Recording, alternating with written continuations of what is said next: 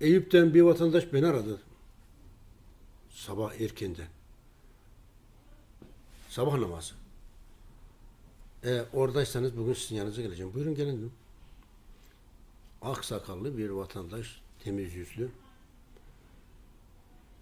Hacılarla hocalarla biraz aram iyi değil ama bu öyle değil. Temiz bir insandı. Dedi ki ben rüyamda sizi gördüm. Sabah kalktım televizyonda sizi seyrettim.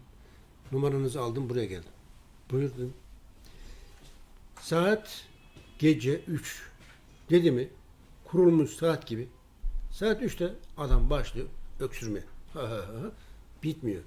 Adam öksürmeye başlıyor. Bütün aile, çocukları hepsi ayağa kalk.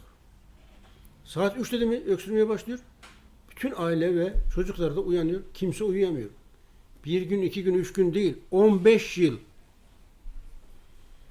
Sonunda demiş ki ya Rabbi, yani benim için sorun değil ama çocuklarım, ailem, onlara da bu ağır geliyor. Beni bu dertten kurtar demiş. Namaz kılmış, yatmış. Rüyasında beni gelmiş. Çok enteresan. Ben gülünce dedi ki gülme dedi. Tamam bir gülmüyor dedim. Zaten ilk rüya gören sizsiniz. Siz değilsiniz. Birçok insan böyle rüyalar görüyor. Yani kalbinde, gönlünde temiz olan insan herkes görebilir.